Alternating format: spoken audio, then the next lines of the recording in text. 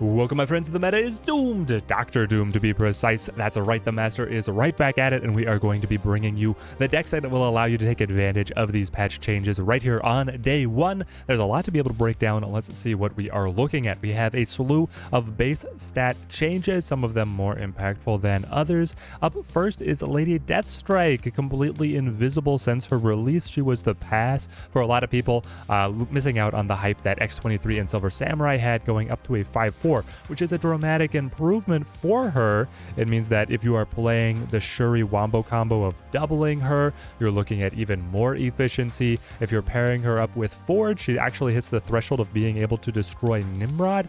I'm kind of excited. I think that Lady Deathstrike has a place with a number of the cards on the opposing side that are very low base power but still impactful cards that she is able to destroy. It's just been almost impossible to work in the extra 5-cost card into the destroy package when you have things that you could be investing in like Nimrod that just completely overshadow her. So she is getting better, but she is still hard to read. Legion, I think this was one of the most predictable changes they may have ever done.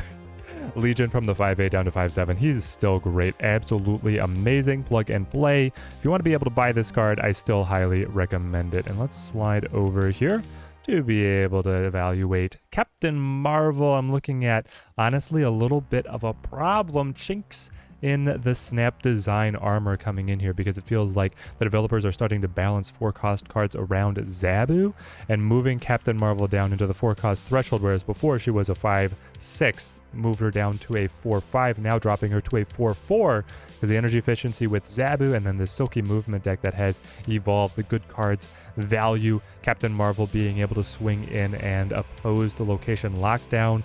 Tricks going down to a 4/4, she's going to be much harder to use. 4/5 was very desirable. I think this is a big hit to her, and there are going to be other cards that you can look to run instead.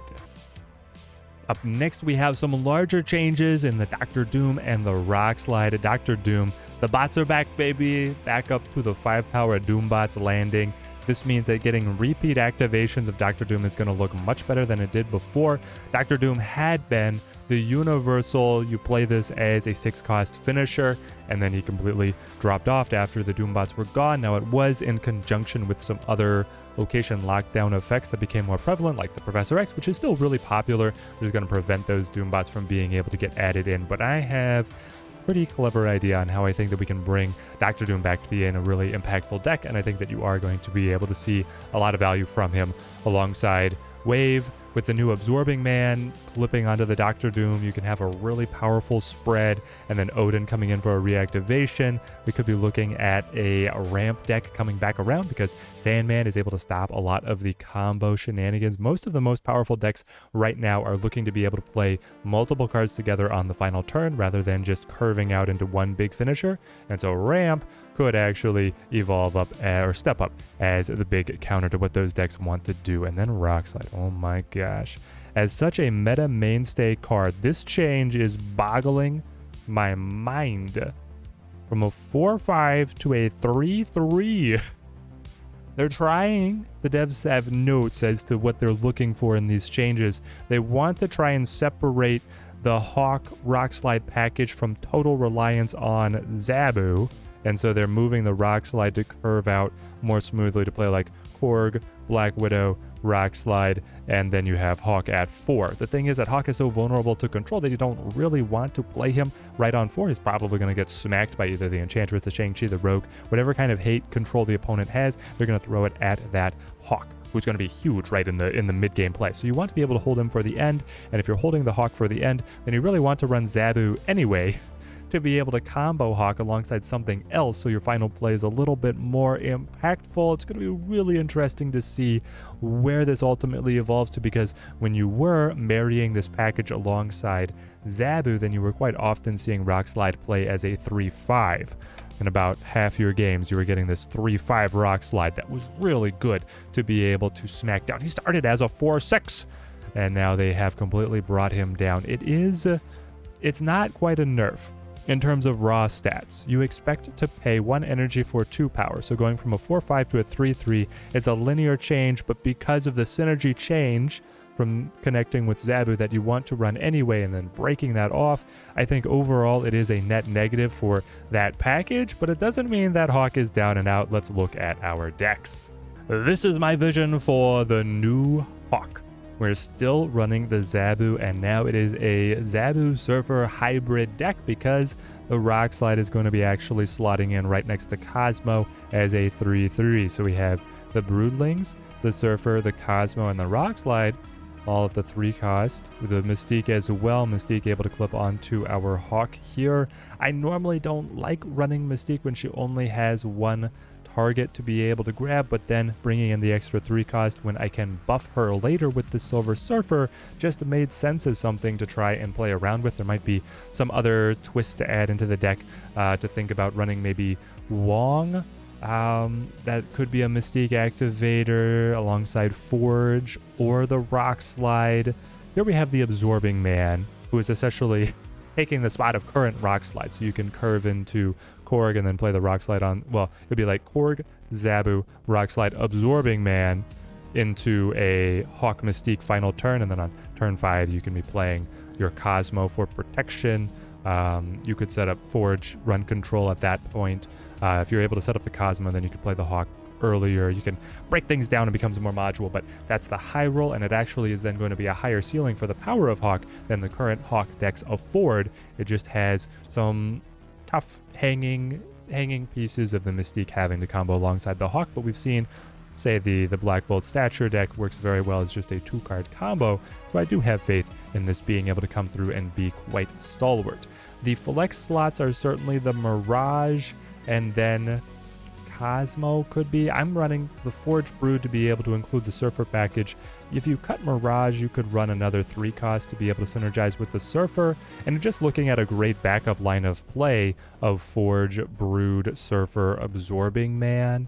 All of these are looking fantastic together, and you could even be looking to include the Mr. Sinister instead of the Mirage to be able to really embrace the Forgelings line of play as your backup. I'm excited to see what this deck is going to be able to do. Next shot, we're going to look at the Double Doomies. Dr. Doom is back, as I said, and I am loving the look of this kind of a list. We have a couple different lines of play that we're looking to be able to accomplish. One is the Double Storm, where you go Storm into Absorbing Man to be able to lock down all these locations in succession, and then you've got Dr. Doom to be able to land in there at the end. I'm staying away from running the Captain Marvel because she's been nerfed pretty dramatically, so you're looking to be able to just stack up on this one lane. It used to be that you would run the Spider-Man, the old Spider-Man, to be able to lock the opponent out from even playing on that final location. We can't do that anymore, but we do have some other tricks when the locations are becoming very pinched as to how to be able to deal with our opponent, with the Juggernaut knocking them to the side, Jeff still being able to land on the stormed locations, and we also have a Wave here for the line of play where we will play Wave on Curve for 3. Turn 4 is Dr. Doom, turn 5 is Absorbing Man, and then turn 6 is Odin. And with that line of play, while playing no other cards, you're looking at a 20 power lane, a 21 power lane, and then another 20 power lane. So that's at a pretty incredible stat line across there. And then we have the Jean Grey as well to be able to similarly pinch and restrict our opponent. Great in conjunction with the Wave, playing Jean Grey down, and then we have the ability to affect all locations at once with Dr. Doom, while the opponent is hopefully hamstrung by just playing to Jean Grey's lane. Final deck for us is embracing Lady Deathstrike, and this is a ramping destroy deck idea because Electro curves into Lady Deathstrike just so nicely. You're able to set up X-23 and then Wolverine and Electro all on the same location, and then you play Lady Deathstrike. You're hoping to be able to destroy multiple cards on the opposing side right then and there, and then you can roll into the rest of your combos with that little bit of extra energy so that you can do tricks with playing Null and Zola, or being able to drop Venom and combo alongside the Nimrod. You're going to be so flush with energy, especially if you're destroying X-23 on turn 5, because then you're looking at 7 energy on, well, no, you're destroying it on turn 4. So then you have 7 energy by turn 5, and if you destroy X-23 again, it just rolls into some wild potential. It's not fitting the Destroyer. You could run maybe Destroyer instead of Death if you're not getting enough token destructions. And then the alternate line of play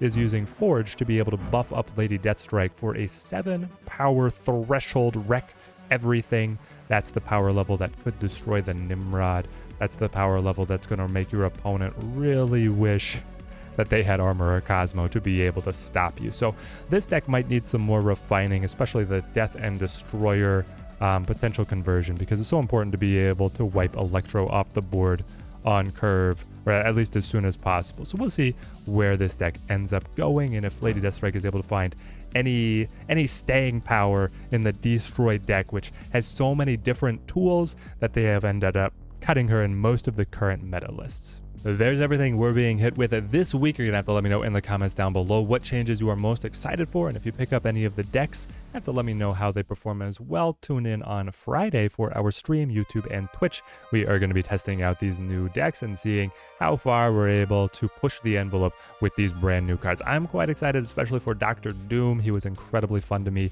and I have had so many reps in on climbing with him, especially on the free-to-play account with a ramp deck.